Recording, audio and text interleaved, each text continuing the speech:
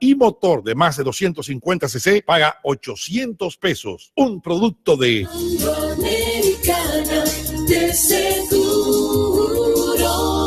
Concepto de excelencia total. Desde este momento, conoce tu iglesia. Enseñanzas profundas de las riquezas de nuestra iglesia. Por Vida FM y Televida.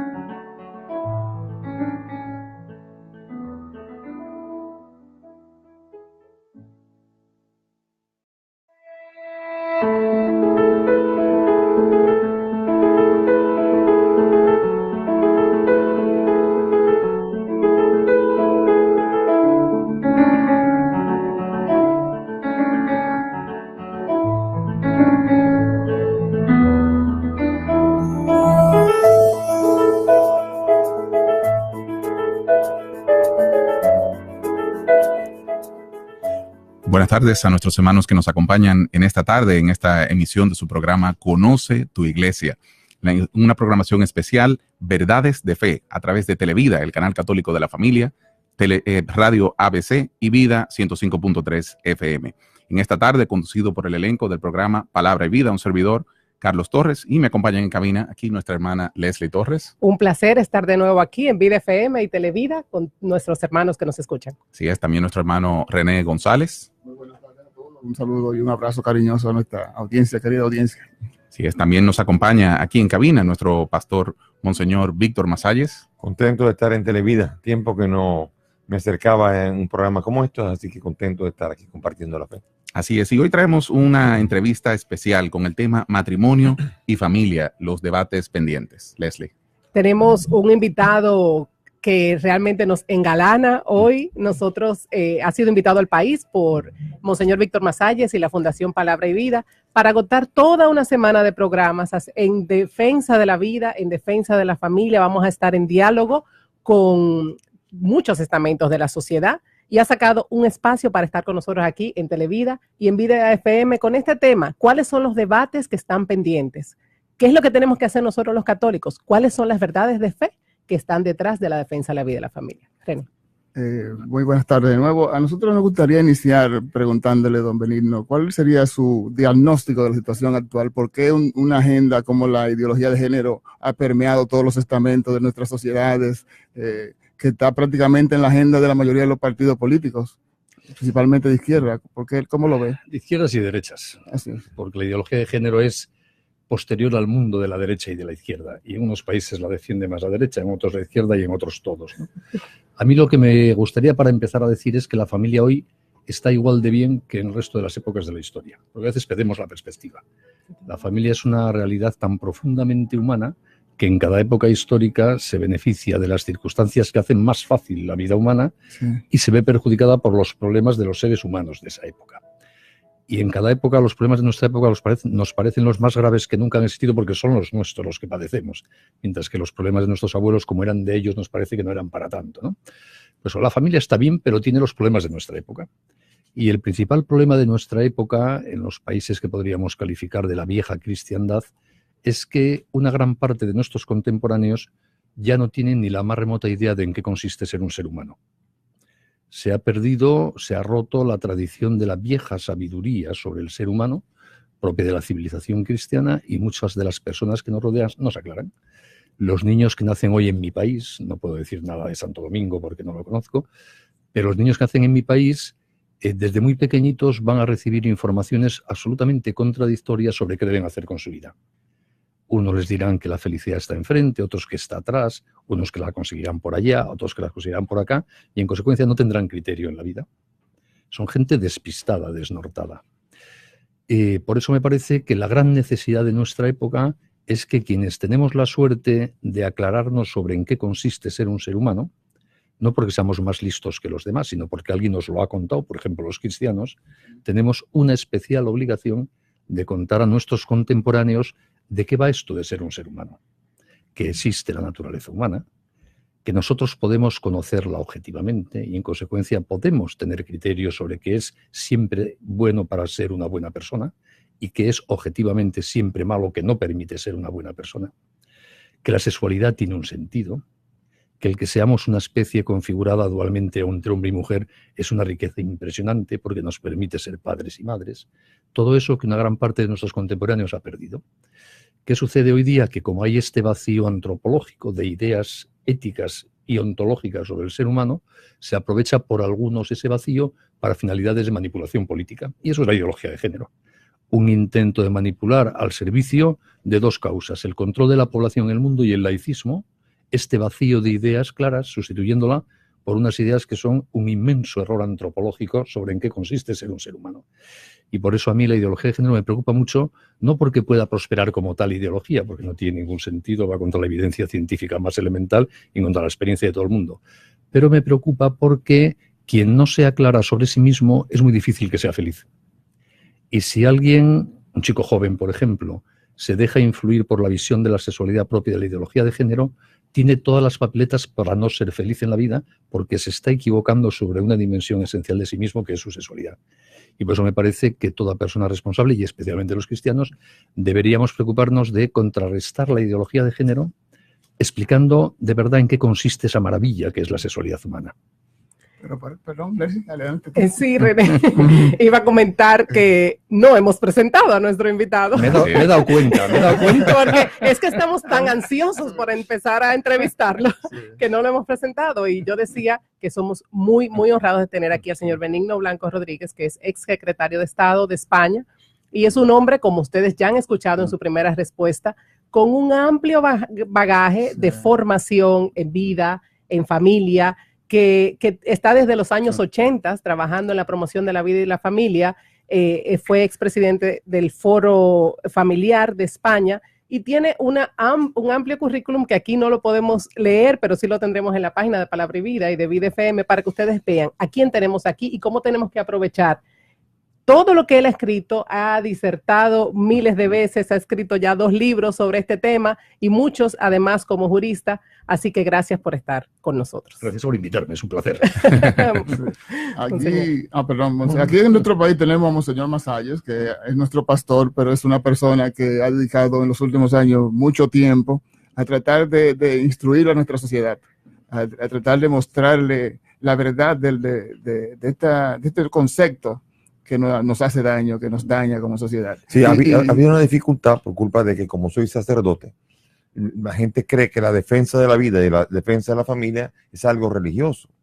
El mismo Papa Francisco dijo que el aborto no era un tema religioso, sino que era un tema humano.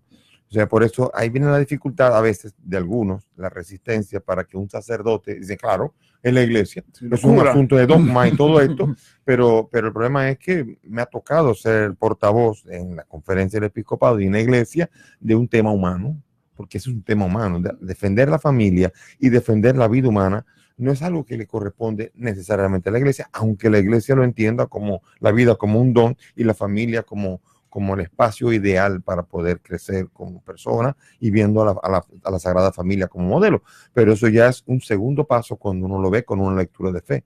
El problema está en que viene aquí el doctor Benigno Blanco, que no es sacerdote, y es un hombre instruido y que no hace falta que sea cura para que pueda explicar, sino lo contrario. Dice mucho cuando es un laico con formación antropológica que viene a explicarnos a nosotros que la defensa de la vida es una exigencia humana, no una exigencia de fe, aunque la fe obligue también a esto. No es más que una exigencia humana defender la vida, que es el don más elevado que podemos tener, ¿no? Completamente de acuerdo. De hecho, hay miles de argumentos de tipo antropológico, jurídico, científico y de justicia social para defender la vida y la familia. Y los que creen en Dios tienen un argumento más, que es que Dios les ha dicho que hay que defender también eso. Exacto. Pero todos los demás argumentos son igual de válidos, ¿no?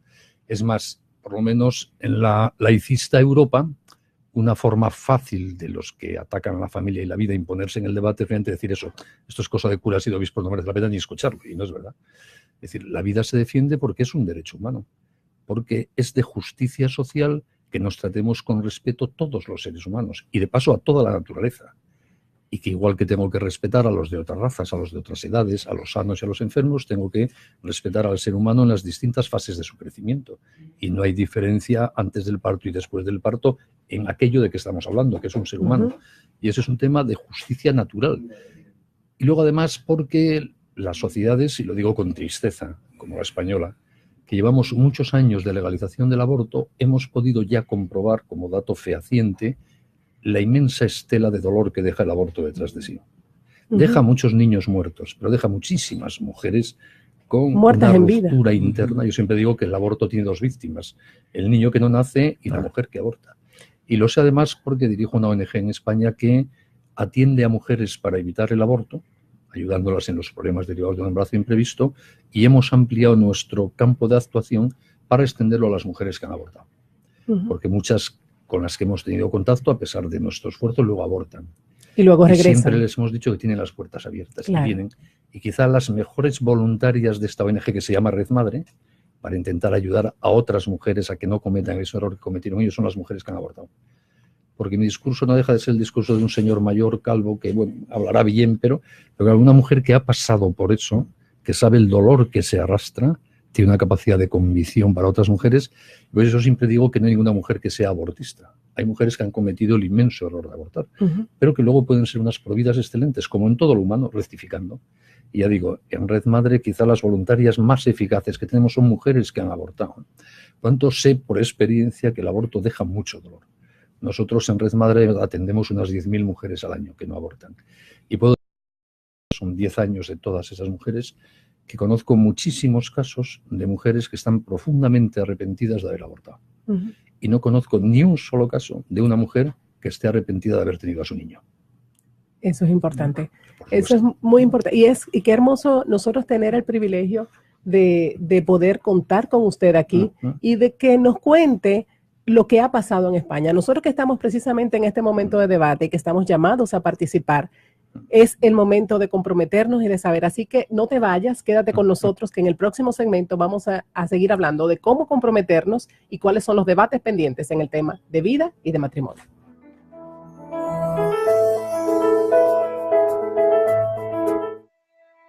Conoce tu iglesia. Enseñanzas profundas de las riquezas de nuestra iglesia. Por Vida FM y Televida. Vida FM es la emisora que tú prefieres. Vida. Helados Bon lanza Unicornio para hacer divertido el aprendizaje escolar. El nuevo helado Unicornio viene con 3 sabores: algodón de azúcar, uva y chiclet. Con solo 100 pesos disfrutarás de un bonito bordado con un sabor mágico, sprinkles y un cuernito de unicornio dorado o blanco. Consumiendo tu nuevo helado, te unes al proyecto Unicornio y nos ayudas a reducir el bullying y hacer más divertido el aprendizaje escolar. Busca tu helado Unicornio por 100 pesos en tu heladería preferida, por tiempo limitado.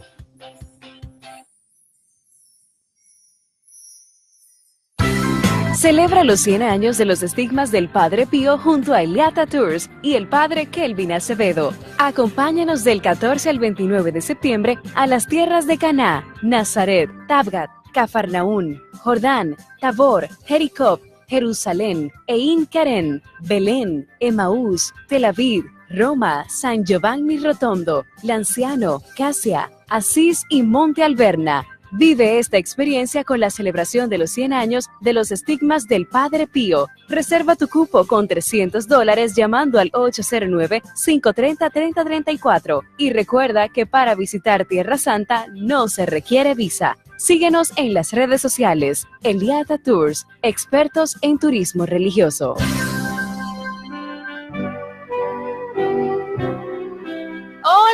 Hola, ¿y en qué tú andas? Ay, aquí, organizando lo del cumpleaños. Oh, ¿y qué te falta? La animación. Es que tú sabes que no es fácil conseguir que anime niños chiquitos. ¿Niños chiquitos? Oh, la tía Nancy, la que le encanta a los pequeños.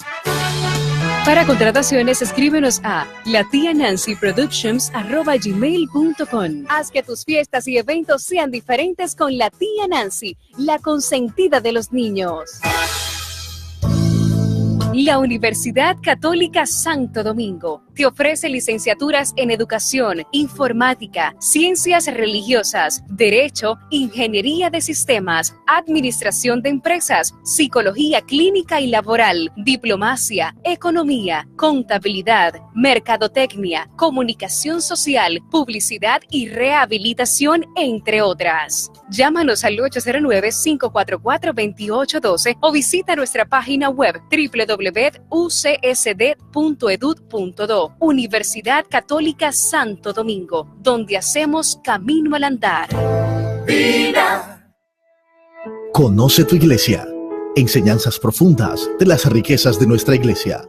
Por Vida FM y Televida.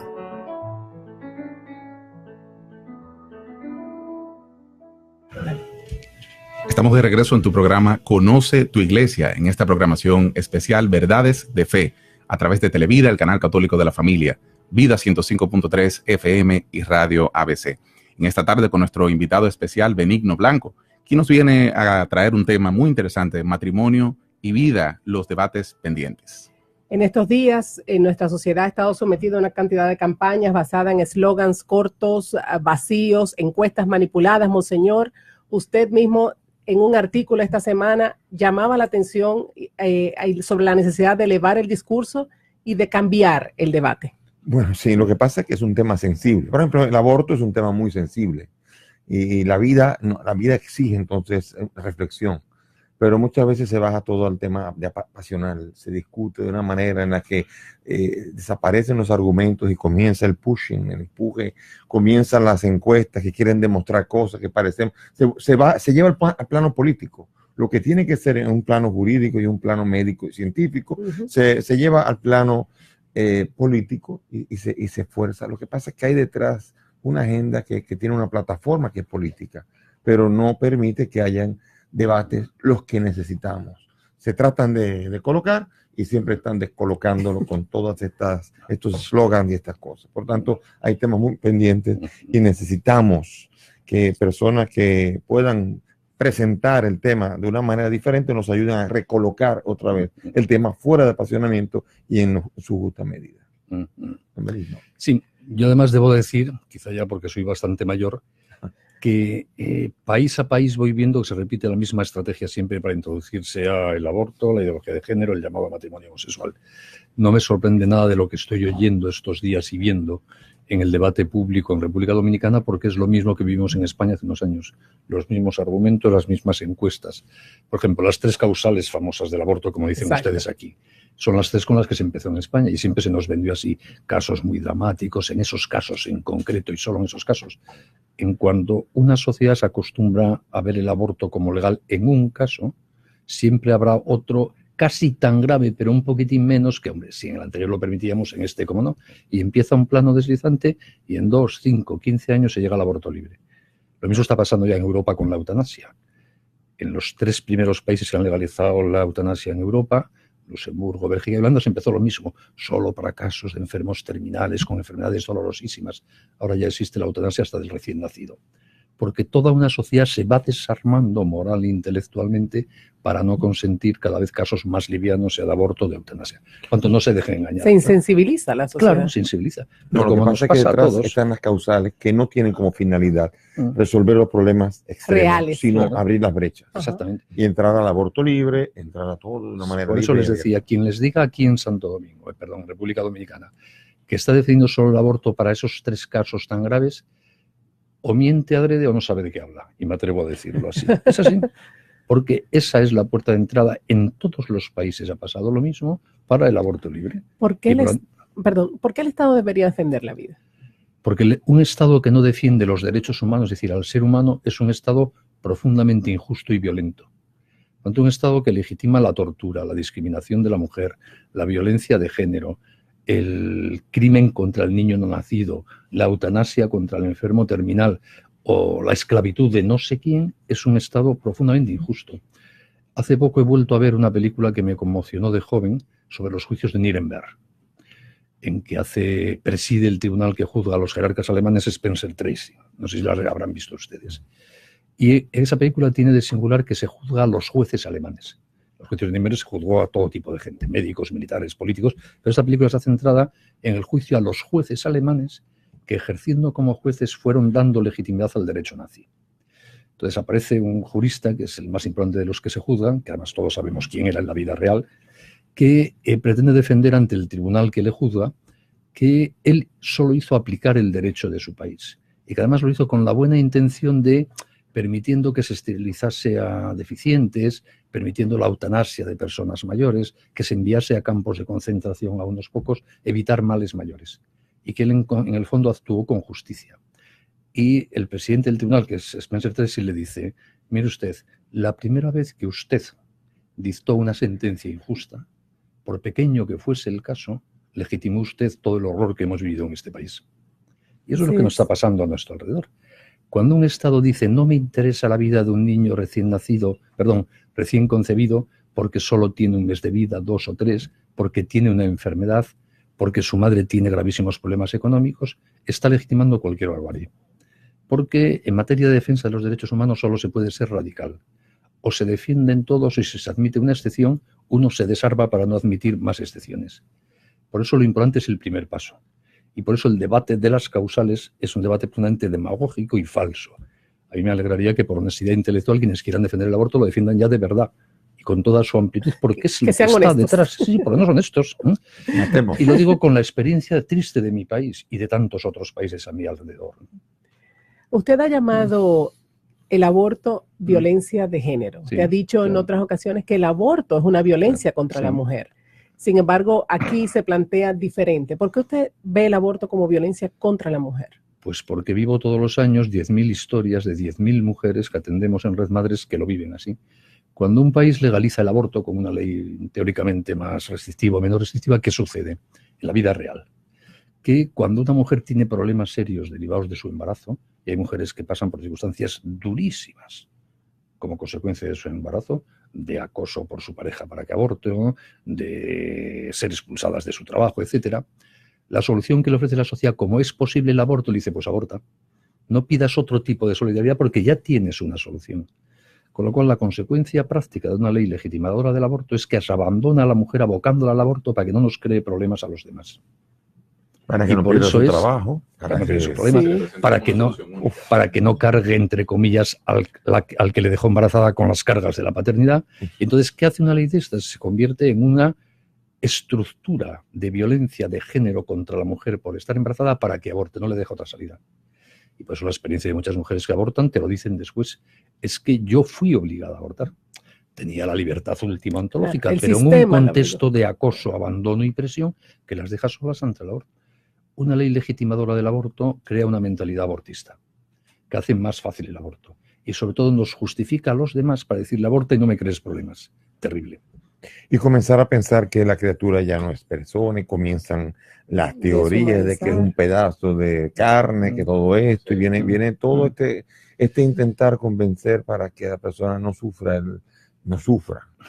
el aborto. Entonces quiere convencerle de que esto no es un ser humano. En España hemos dado un paso más, por desgracia. Cuando se debatieron las leyes del aborto se discutía eso: ¿cuándo empieza la vida humana? Que es evidente que la vida humana hoy, estamos en el siglo XXI, con el avance de las ciencias biológicas que tenemos, la vida humana comienza con la fecundación, como la vida de un cerdo comienza con la fecundación de espermatozoide y óvulo de cerdo. Es decir, estas cosas son así. Si yo como jurista hiciese un análisis genético a un óvulo fecundado de 5 horas, con esa identificación genómica que hago de él, puedo condenarle 50 años después si en el escenario de un crimen aparece un pelo con ese mismo genoma. Porque la individualidad de la persona está ya definida, es la misma. O podría condenarle por violador si identifico su semen dentro de 40 años, porque es el mismo genoma de ese óvulo recién fecundado. Eso hoy día no se puede discutir. ¿Cuál es el paso triste que se ha dado en España? Que es la ideologización de este debate. Como eso ya no es discutible, incluso fabricamos vida en laboratorio. ¿Cómo vamos a discutir cuando surge, aunque sea inmoral? ¿Qué sucede? Que ahora ya se dice en España por los gobernantes que, bueno, eso es un dato biológico, pero que el que sea persona no lo decidiremos los políticos. Es decir, el Estado se arroga la decisión de quién es humano o no, ya sin disimular con presuntos argumentos pseudocientíficos. Es el Estado, se dice, el que va a definir si es persona o no, aunque sea un miembro de la especie humana, es un dato irrelevante. Eso es terrible porque eso es totalitario. Hay otros debates pendientes en este tema. Usted también levanta mucho la bandera respecto a cómo el Estado se ha metido en la sexualidad, que es un ámbito privado, cómo el Estado ha empezado a desproteger la institución del matrimonio en lugar de protegerla para su bien. ¿Cuáles son los debates? ¿Cómo debería reorientarse el debate en términos de matrimonio, en términos de sexualidad y el rol del Estado en esto? Pues como en tantos otros temas en nuestra época, por lo que dije al principio de que mucha gente ya a nuestro alrededor no se aclara sobre en qué consiste ser un ser humano, primero que hay que hacer es especificar de qué estamos hablando. O sea, no podemos dar, por supuesto, por lo menos en Europa, no así que pasar aquí, que cuando decimos matrimonio, sexo, la gente entiende lo mismo que nosotros. Lo primero que hay que hacer es aclararse. ¿Qué es el sexo? Supongo que todos nuestros oyentes lo saben, pero van a permitirme que lo diga por si acaso, ¿no? Si un marciano viniese ahora a la Tierra para hacer un informe sobre la especie humana, seguro que el primer WhatsApp que enviaría a Marte después de unos minutos de observación diría: la especie humana está constituida por chicos y chicas, por hombres y mujeres, porque es evidente. Y eso nos da una información muy importante sobre nosotros, porque quiere decir que los seres humanos somos o chicos o chicas. No es que lleguemos a ser chicos o chicas, es que lo humano es en femenino o en masculino, por lo tanto es nuestra identidad. Y por lo tanto, no entender la identidad sexual de la persona es no entender al ser humano en absoluto. Y además, ese mismo marciano necesitaría un poco más de observación, pero rápidamente se daría cuenta de que el que haya chicos y chicas no nos da información sobre los chicos por un lado y las chicas por otro, sino que nos da mucha información sobre cómo se interrelacionan. Porque chico-chica, pene, vagina, óvulo, espermatozoide, niño. Y eso no es una afirmación cristiana ni de los papas. Es que la especie humana es así. Es decir, que lo femenino y lo masculino permite una singular complementariedad que es lo que nos da la posibilidad de ser padres o madres. ¿Cuál es el sentido de la sexualidad? Y eso no es una consideración ni moral, ni filosófica, ni religiosa, es que somos así. Por lo tanto, quien entiende la sexualidad entiende que el matrimonio es la unión entre un hombre y una mujer que permite la apertura a ser padres o madres. Y se entiende que hay otras formas de ejercer la sexualidad, no pasa nada. Pero que esta tiene una singularidad muy específica que se acopla con cómo somos los hombres y las mujeres. ¿Qué es familia? Ponerle un nombre jurídico a esta realidad. Cuando un chico quiere a una chica, les gusta vivir juntos, normalmente tienen un niño. Y cuando hacen niños, toda la sociedad se ve beneficiada y por eso protege eso que es beneficioso para toda la sociedad. Y así debe estar el debate. Y nosotros estamos llamados a protegerlo. Vamos a una breve pausa. Seguimos hablando. Está interesantísimo. No te vayas aquí en Televida, en Vida FM, en esta producción especial de Palabra y Vida y Conoce tu Iglesia.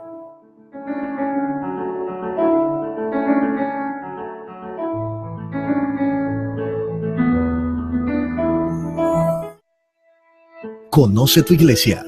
Enseñanzas profundas de las riquezas de nuestra iglesia. Por Vida FM y Televida.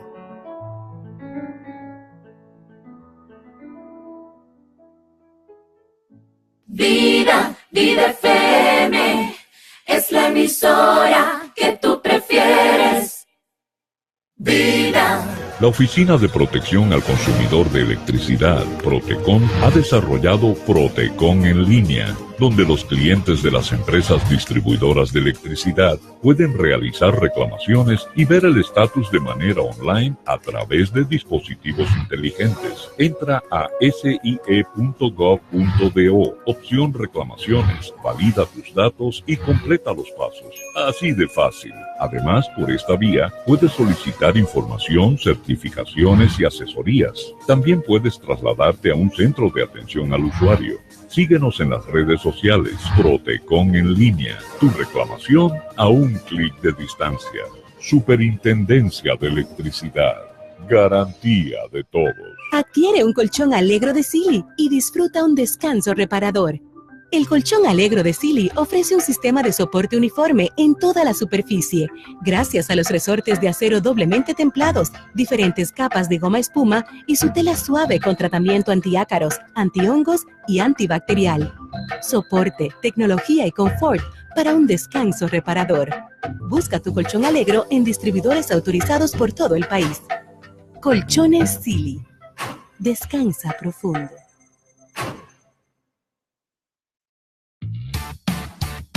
Ya están abiertas las admisiones para el año escolar 2018-2019 en el Colegio Santo Domingo. Contamos con párvulo, nivel inicial, primaria y secundaria. Nos basamos en una educación espiritual, teórica y humana. Llámanos al 809-544-2812, extensión 3300. Síguenos en nuestras redes sociales, Facebook, Instagram, Twitter y YouTube. Colegio Santo Domingo, 72 años por una educación integral al servicio de la persona.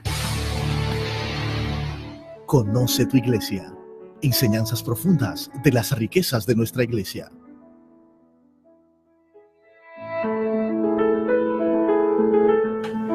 Estamos de regreso en tu programa Conoce tu Iglesia, en esta programación especial Verdades de Fe, a través de Televida, el canal católico de la familia, y Vida 105.3 FM. En esta tarde tenemos un invitado especial, el licenciado Benigno Blanco, quien nos acompaña desde España, con una entrevista especial, Matrimonio y Vida, los debates pendientes. En el segmento anterior terminábamos conversando acerca del matrimonio, de por qué el matrimonio es un bien, por qué la sexualidad hombre y mujer hace sentido, y en estos días también se discute mucho y se plantea mucho la posibilidad de mal llamarle matrimonio a las uniones del mismo sexo. Entonces, ¿por qué esto no sería un bien?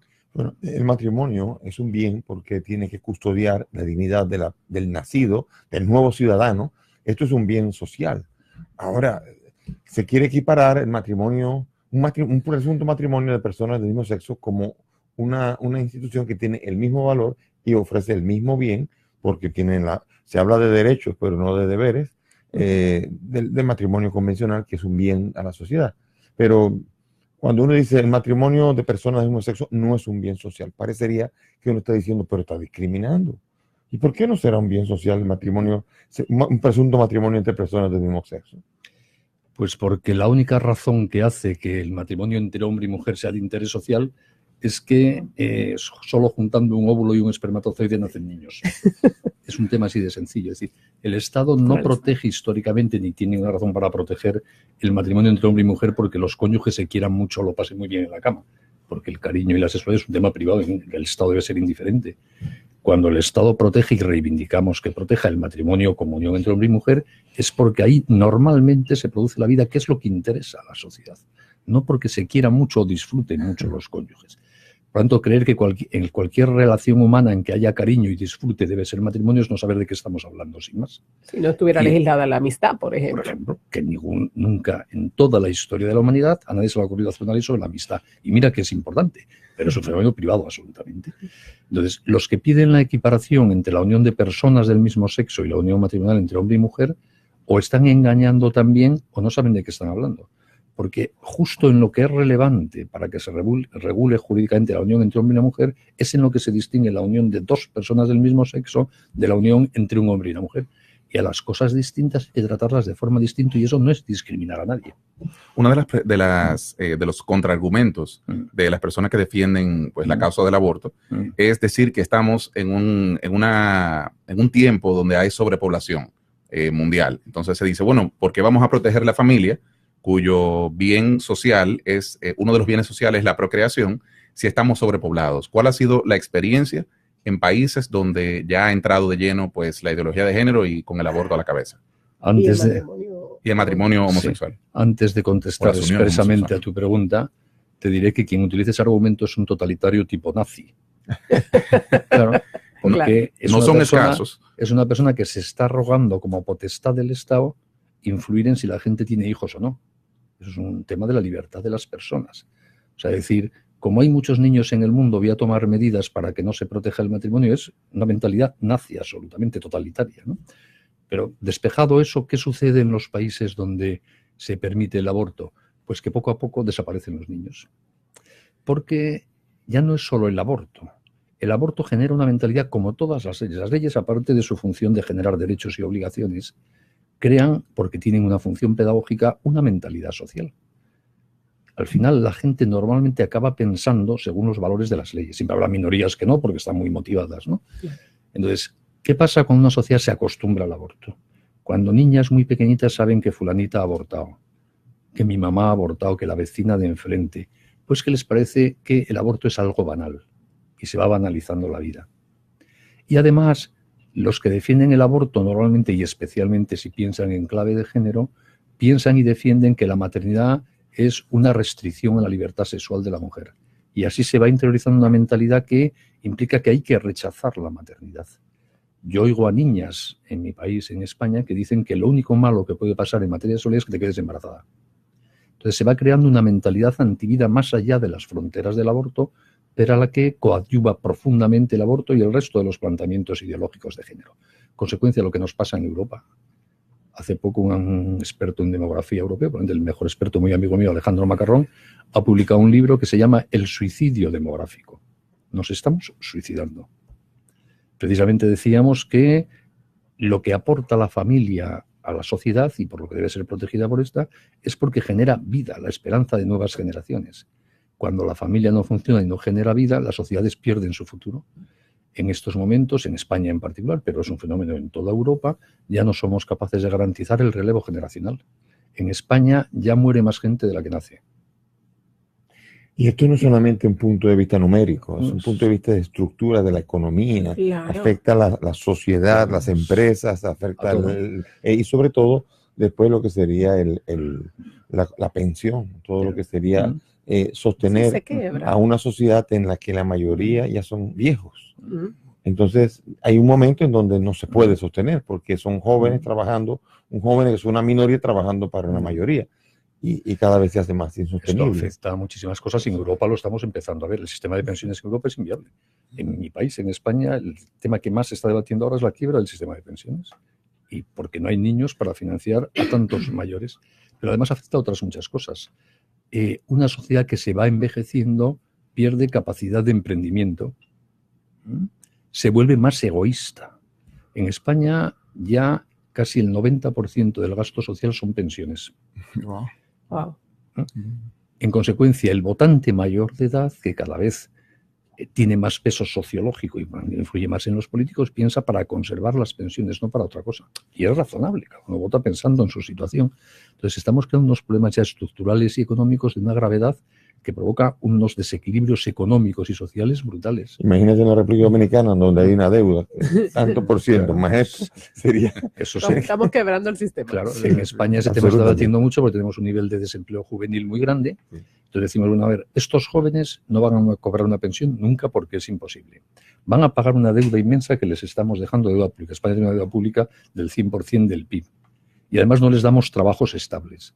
¿Qué les pedimos a estos jóvenes? Que esto va a provocar una revolución un día. Sí. A mí me llama la atención y lo que parece un contrasentido que Europa, que es la cuna de la civilización, donde comenzó los conceptos de, digamos, de derechos humanos, donde comenzó la organización jurídica, que comenzó en Grecia, Atenas, entonces pues Roma, Europa debería estar supuesta a llevar la vanguardia de los derechos humanos, pero resulta que en esa misma Europa fue que se dieron los crímenes nazis también. Entonces parecería ser que el crecimiento y el desarrollo social no va de la mano con el verdadero derecho humano. Bueno, siempre ha habido inmigraciones en Europa. Y Europa ha vivido las inmigraciones y ahora está ocurriendo, porque ahora el material de reposición de esta ausencia de niños son inmigrantes. Uno ve en Inglaterra pueblos en donde hay inmigrantes y no hay nada en contra de la inmigración, pero es penoso que haya que buscar entonces esta situación de desequilibrio, porque habrá un momento en donde si esto sigue en todos los países, ¿de dónde vendrán el resto de los migrantes? ¿Dónde podemos reponer nosotros los migrantes, nosotros, que somos emigrantes? Ese es el problema grave que hay. Que hay un momento en donde Europa puede reponer porque siempre es el centro donde todo el mundo va, pero hay un límite para todo. Pero esto nos indica hacia dónde va la humanidad si seguimos así. Y demuestra que los hombres somos libres. Europa es la cuna de la democracia liberal, de la reflexión filosófica, de la concepción de los derechos humanos, de la creación del Estado de Derecho, y es la cuna del Gulag soviético y de los campos de concentración nazis, porque depende de lo que hagamos con nuestra libertad. Sí. Que yo creo que es un poco la reflexión que hay que hacer de fondo, ¿vale? Vivimos en un mundo que tiene sus tentaciones, como cualquier época tiene las suyas, ¿eh? Y como nosotros somos responsables del tiempo en que vivimos, nosotros, ustedes y yo y los que nos escuchan, somos los responsables de qué hacemos hoy con nuestra libertad. ¿Aprovechamos para hacer más fructífera y rica esta inmensa tradición humanista de la que somos herederos? ¿O estamos dispuestos a dilapidarla por modas ideológicas e imposiciones políticas. Es la opción que tenemos que tomar cada uno de nosotros. Bueno, aquí en nuestro país tenemos nuestros vecinos, los norteamericanos, que, por ejemplo, tengo que decirlo, el Partido Demócrata con Obama y Hillary Clinton tenían un apoyo absoluto a la ideología de género. Sin embargo, viene un nuevo gobierno que se supone que es un gobierno, digamos, de derechas atrasado, pero tiene una visión más lógica en ese tema. Sin duda. Trump, que es un personaje muy discutible y que toma decisiones que no me gustan nada, también toma decisiones que me gustan mucho. Así es. Eso suele pasar en la vida, ¿no? Sí. Entonces, las decisiones que está tomando para revertir parte de la legislación aprobada en la época de Obama para implantar la ideología de género me parecen muy justas y razonables, porque apoyan a la familia, la responsabilidad sexual, y algunas que está tomando para revertir el apoyo público gubernamental al aborto me parecen de justicia elemental. Por lo tanto, igual que en otras cosas lo criticaré, en esto tengo que alabarle y decir que lo está haciendo muy bien. Y ya me gustaría que en Europa tengamos también gobernantes que se atrevan a revertir esta tendencia enloquecida en la que estamos de destrucción del matrimonio y del derecho a la vida, ¿no? Independientemente de sus motivos, porque mucho se dice que la razón por la que el presidente Trump hace eso es por intereses políticos, ¿no? Pero no importa, porque al final deviene en un bien para la sociedad. Entonces, al final, eso es lo que tenemos que estar pendientes siempre. Yo, como elector que no juzgo la conciencia de nadie, que lo haga por lo que sea, pero que lo haga bien. El pueblo de Israel tuvo a Ciro, que fue la misma situación. Otro punto de dificultad, por ejemplo, que imagínense los problemas de cambio de género. Todo este tipo de actividad donde va a haber un montón de hormonas que se va a ir teniendo que implantar y mantener. Todo esto, imagínate que los seguros van a tener que ir cubriendo esto. La seguridad social también va a incluir este tipo de consumo, en donde las farmacéuticas van a vender hormonas que van a necesitar. Cada persona que ha tenido que ser sometido a un cambio de sexo va a tener que, por toda la vida, ser un consumidor de este producto carísimo. Negocios también. Y al final todo eso abulta el sistema de seguros que terminamos pagando todos. Entonces, al final, incluso el que no está de acuerdo con aquello termina siendo perjudicado económicamente por esas pólizas. En España, el aborto hoy día es financiado, todos los abortos, por el Estado, con los impuestos nuestros. Claro. Hoy día el Estado financia todas las operaciones de cambio de sexo con los impuestos de todos. Y es que además, igual que dije antes con el aborto, con todo este tema, por ejemplo, la transferencia pasa igual. Detrás hay mucho dolor humano. Por los defensores de se está manipulando las vidas y dolores, situaciones muy problemáticas y dignas de todo respeto de mucha gente. Esto no son causas políticas, son situaciones humanas. Y se está incendiando, por ejemplo, en España un debate que tenemos ahora abierto, digamos, en las primeras páginas de los periódicos, es el de los llamados niños trans, menores trans. Porque las nuevas leyes aprobadas en España por un prejuicio ideológico dicen que todo niño que antes de la pubertad manifiesta dudas de identidad de género es transexual. Y como es transexual, tiene derecho a recibir ya tratamientos hormonales para inhibir la pubertad. Y yo digo, eso es incomprensible. Hay niños que tienen ese problema y no sabemos por qué, y merecen todo el respeto del mundo. Ahora, que el legislador diga que todos los que tengan esos problemas merecen ya tratamientos médicos, incluso quitando a los padres la patria potestad, es hacer un daño a cantidades de niños que están padeciendo problemas que son transitorios, que se han manifestado muchas veces en la vida, pero que una ideología lleva a verlo como una categoría humana con unos derechos singulares. Que es una actitud totalitaria que impide uno de los derechos fundamentales, que es la decisión de los padres sobre los hijos, la patria potestad. Exacto. Además, en este tema de los menores trans, la literatura clínica que conocemos hasta ahora indica que pasada la pubertad, más del 90% de los niños y niñas que han tenido problemas de identidad sexual a los 3, 4, 5 años, lo corrigen sin ningún tratamiento en la adolescencia. Tanto si al 100% le diésemos tratamientos para preparar el cambio de sexo antes de la pubertad, estaríamos fastidiando un problema que es transitorio y no existe en el 100%. Claro. Eso es jugar con las personas. Que es el problema de las ideologías, que para defender prejuicios a científicos causa mucho dolor a personas concretas, aunque presuman de defender derechos muy progresistas.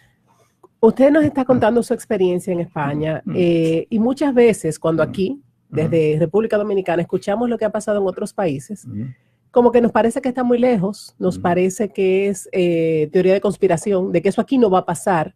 Y mientras tanto, los cristianos estamos adormecidos. Pero bien usted decía que todos tenemos derecho al uso de nuestra libertad. ¿Cómo hacemos uso de esa libertad, ya que estos últimos minutos que nos quedan, para participar? ¿Cómo nos toca a los que estamos conscientes, a los que tenemos el privilegio de estar claros respecto a lo que debe ser, participar en los debates, participar en la sociedad, evitar que esto pase aquí? Yo creo que lo primero que hay que hacer es ser muy consciente de que todos somos muy importantes. tenemos una tendencia a pensar que hay unos señores, no sabe quiénes son, que se llaman importantes, que Los políticos. les tocan sobre los problemas. Para empezar, los políticos, y no es verdad. Yo soy responsable de mi época, porque vivo ahora. No soy responsable del siglo XIII porque no estaba allí, pero del siglo XXI, claro que soy responsable. ¿Qué puede hacer cualquier persona para ayudar a que caminemos hacia más derechos humanos y menos destrucción de la familia y la vida aquí en República Dominicana? En primer lugar, informarse. Todo esto que he contado yo está en la red disponible. No es que yo tenga una información privilegiada. He podido vivir más de cerca lo que pasó en Europa, pero esto lo puede saber cualquiera.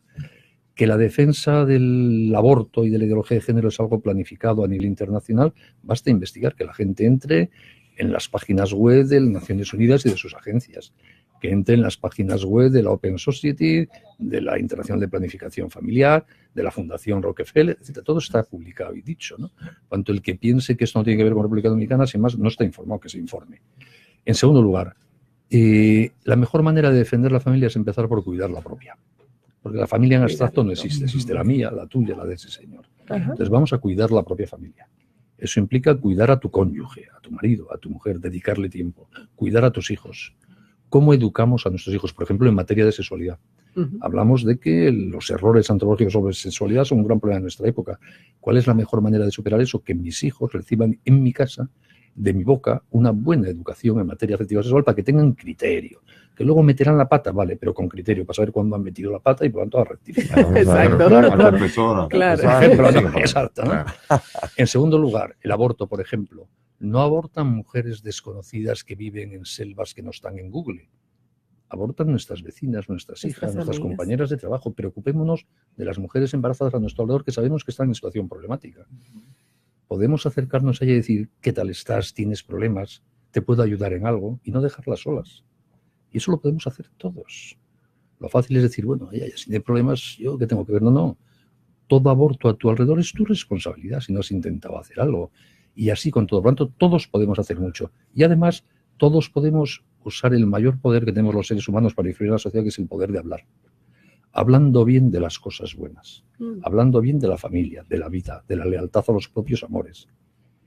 Hablando bien de las cosas buenas, hacemos buenos a los que nos escuchan. Pero a veces hasta con chistes. Hacemos chistes del matrimonio, que nos burlamos de la institución del matrimonio. Sí, claro. Hacemos una gran cantidad de humor en el cual muchas veces nuestros niños ven a los padres y dicen, pero esto no sirve, esto, mira, se burlan hasta de esto y es duro. Así es. Y luego es muy importante darse cuenta de que muchas veces influimos más con el testimonio de nuestra vida que con nuestra palabra. Que si una persona ve a alguien casado, que está alegre, que habla bien de su mujer, de su marido, de sus hijos, se nota que quiere llegar a casa porque le apetece estar con su familia, esa persona está haciendo una apología de la familia impresionante. Claro. En cambio, si tú estás casada, Leslie, por ejemplo, y se te ve tristona, y cuando hablas de tus hijos es para quejarte de lo desagradables que son y las cosas, pues no estás ayudando a hacer familia. Es muy creíble la propia felicidad. Los seres humanos todos queremos ser felices. Conozco personas que no quieren llegar a casa. Pues que salen, pasean, todos, están siempre en bares, sitios, todo, con tal de no llegar a la Pues esos son destructores de la familia. Y si luego quieren hablar bien de la familia, no serán creíbles, sin más. Pero también conozco personas que quieren, desde que termina el trabajo, quieren arrancar para su casa. Ese es el ideal. Y tampoco pasa nada por tomarse una cerveza con los amigos antes de ir a casa, que hay que ser sin paranoias, ¿no? Y luego creo que otra cosa que podemos hacer todos en sociedades libres es juntarnos con los que piensan como nosotros para ser más eficaces en nuestra labor de influir en la sociedad. Porque uno solo llega a poquitos, pero dos juntos llegan a más y tres llegan a mucho más. Todos podemos pensar si no podríamos echar una mano en alguna ONG, asociación, actividad parroquial de las que apoyan a las familias, a las mujeres embarazadas, etcétera, ¿no?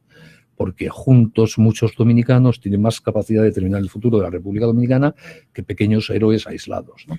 Pero las encuestas que hacen, por ejemplo, en la encuesta última que ha salido, pretende decir ahora incluso que entre las católicas y entre las evangélicas, el 80, 70 y pico por ciento está de acuerdo con el aborto. Y esto, vemos nosotros a veces variaciones de un 20 contra 80% en lo mismo, donde uno ve la imprecisión, la poca representatividad y sobre todo lo manipulada que están las encuestas, pero que pretenden influir para que la persona diga, no, pues sí, porque nos vamos mucho con la mayoría, aunque sea malo. En todos los sitios. En España también se inventaban encuestas falsas para decir que todos estábamos a favor del aborto. Igual que dirán que hay decenas de miles de abortos clandestinos y que mueren miles de mujeres. Todo eso son cifras inventadas. Y también en esto, la gente que no sea inocente. Esto es una guerra cultural. Claro. Y los defensores del aborto mienten. Se inventan estadísticas. Os dirán que ha disminuido la mortalidad materna en los países donde se ha legalizado el aborto. Mentira. Y os dirán que la mayor causa de defunciones de mujeres aquí es que el aborto clandestino. Mentira. Para empezar, porque el aborto clandestino no hay quien lo mida. Exacto. Cuando dan estadísticas se las están inventando. No. Lo que sucede en todos los países en que se legaliza el aborto es que los abortos aumentan. En España nos dijeron que había, cuando se legalizó el aborto en el año 85, que había 300.000 abortos clandestinos. Cosa imposible porque no había ni 300.000 nacimientos. Pero bueno, las cifras típicas. ¿Qué pasó el primer año de legalización del aborto? 9 abortos legales. El segundo, 9 abortos. El segundo, 517. El tercero, 17.000. Wow. Y así fuimos creciendo hasta 120.000 al año. Normal, lo que se legaliza prolifera, porque se banaliza en la conciencia colectiva. Por tanto, los tópicos abortistas que os contarán aquí, me los imagino, los amigos que nos contaron allí, que cuentan en Tailandia y en Argentina. Los mismos siempre. No nos dejemos engañar. Bueno, pues hemos recibido un llamado clarísimo al alcance de nosotros. Ya no está ya lejos, no está en el Congreso, no está en el Palacio, lo que hay que hacer. Está aquí, está en tu casa, está en nuestra casa, en la de nosotros, y hay que ponerse en marcha. Y sobre todo un llamado de una persona que tiene la credibilidad que necesitamos, de la experiencia de haber visto esto no solamente en su país, sino en muchos otros países donde ha tenido la oportunidad de disertar. O sea que estamos hablando de una amenaza real y no de una teoría conspirativa. Sí, cuando uno recibe todo este apoyo, este calor que recibimos de usted, don Benigno, uno se siente como fortalecido, que no solamente Monseñor Massalle, que está aquí solo ayudándonos, impulsándonos, recibir una persona como usted, así que le agradecemos profundamente que haya dedicado su tiempo a venir a acompañarnos en nuestro país. Muchísimas gracias a ustedes. Y le pedimos a nuestro pastor que haga un momento de oración al final para que la gracia de Dios nos capacite a todos a hacernos responsables de nuestra época. Sí, agradezco al doctor Benigno Blanco porque es alguien que ha caminado una carretera. Por ejemplo, cuando vamos en la carretera y hay uno que va adelante, puede llamar y decir, aquí hubo un accidente, ten cuidado. Entonces uno sabe que va a llegar a un sitio donde uno o se devuelve para otro sitio. Sí, yo creo que él es alguien que ha caminado una carretera por delante de la nuestra y nos está diciendo, por aquí no se puede transitar bien. Y por esto es como un ángel que recibimos, que nos avisa, y por eso tenemos que dar gracias, porque en el camino nuestro también hay personas que nos advierten por dónde deberíamos ir y por dónde no. Vamos a hacer la oración y oremos por toda la familia dominicana para que pueda experimentar en Cristo la paz que tanto necesita. Amado Señor, te doy gracias por esta noche. Gracias porque estás con nosotros siempre. Y gracias porque este problema que hemos discutido, que es un problema humano, es un problema que viene de un don que tú nos has dado. Es el don de la vida, que nosotros no podemos fabricar, sino que tú lo otorgas. Nosotros sabemos que eres tú el autor de la vida y eres tú el que nos ofrece vida eterna, porque tú has venido para que tengamos vida y vida en abundancia. Bendice a cada familia que nos está escuchando y que nos está viendo. Bendice a los oyentes de Vida FM y a los televidentes de Televida, para que puedan experimentar siempre paz en su corazón y todas sus familias sean profundamente bendecidas. Transfórmanos, Señor, en testigos de la bondad de la familia. Ayúdanos a ser testigos de lo bello que es la vida y ayúdanos a defenderla ahora y siempre. Amén. Amén. Y ahora les imparto la bendición con alegría. La bendición de Dios Todopoderoso, Padre, Hijo y Espíritu Santo, descienda sobre ustedes y permanezca para siempre. Amén.